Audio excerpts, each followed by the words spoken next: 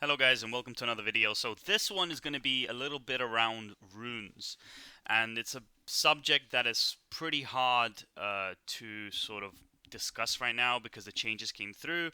Obviously to the runes, the system was overhauled quite a bit, so I'm not that comfortable on runes at the moment. When discussing it, things are back and forth. I'm trying to understand some of them, and I know we know more than we want to admit. In terms of like the runes, if you give it a read, it's not that difficult. But in terms of what's best for characters, it's pretty hard to say. So what I'm gonna do right now is talk about a rune, two runes in particular that I think you guys need to know about. And this one is very friendly to new players as well, and therefore I'm hoping that you will find this to be a really good set of runes to use on every single one of your damage carries. So even if you have mages, even if you have rangers, assassins, these two runes are the ones that you can use if you don't know what to use, right? So if you have a legendary but it doesn't really fit and you're not too sure if it will be a good choice, even if it gives a lot of power, how useful is it? And I'm going to give you a second to take a look at the screen and figure out what the two runes are, right? Okay, so the two runes are Energy Gathering as well as Enchantment Rune. Now, um, with the difficulty of the runes and not really understanding what's a good one to use. So like yeah, it's a defensive rune. I have a maxed out legendary. I put it on my Lionel, right? And it gives a shield of max HP. It's nothing crazy, but it makes sense, right? So I'll put it on him. It was easy to sort of make that decision. Fair enough.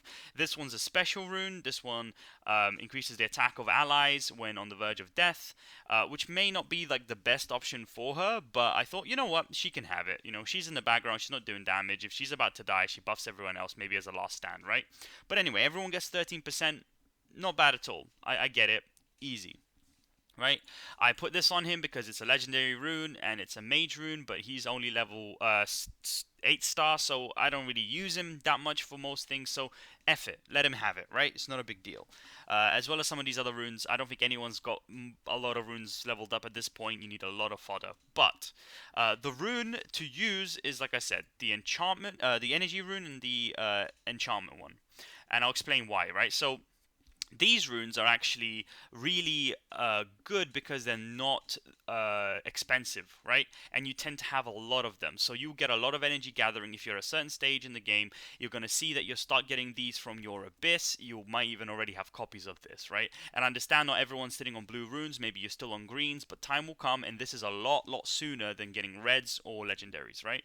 So with this rune, you have an increase of 15% of your attack, and if you level it up to level 4, so you don't need level 8, you just need level 4, you have an increase of 22% of your attack, right?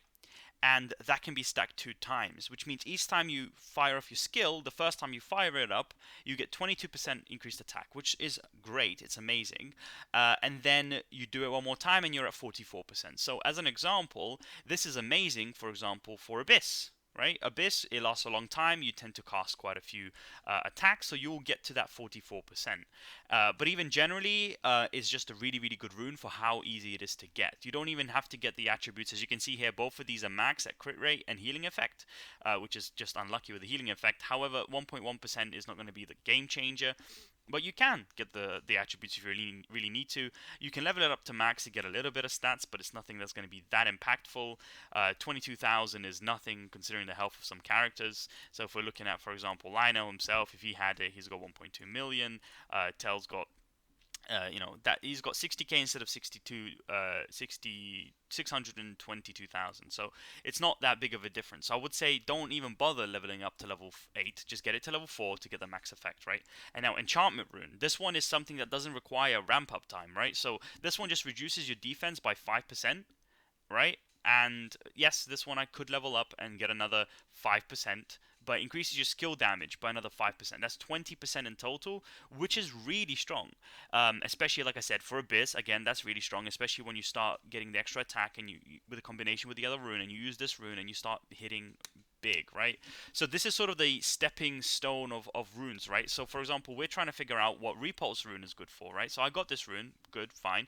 Increases your basic attack damage by 160%, but you can't restore energy when casting basic attacks.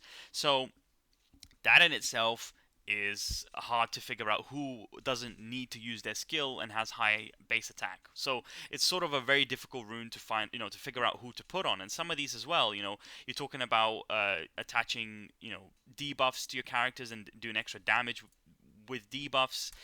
All these things are hard to really understand. Like, oh yeah, I need to get this combination. We don't know the combos yet, but if you're a new starter in the game, or even if you are been in the game for a while and you're trying to figure out what is a good thing to put on, because it's only been a couple of weeks of this update. So the easy answer is those two runes.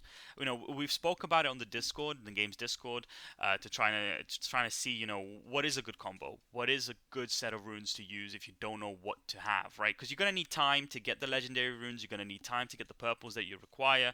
I'm not went too deep into the runes, to be fair. Like I kind of just copped out on the idea that this combo is still really really strong and leveled up it is powerful. So, some of these runes are going to be obviously great with combination with certain heroes that need to be casting. Killing enemies gives you energy. Something like maybe a Terrence could just keep shielding with his dodge chances. Ramil could use that, There's loads of bonuses. And when you're talking about team combinations, using things like the Assassination rune with 3 assassins is going to be, with one of these each on them, it's going to be great.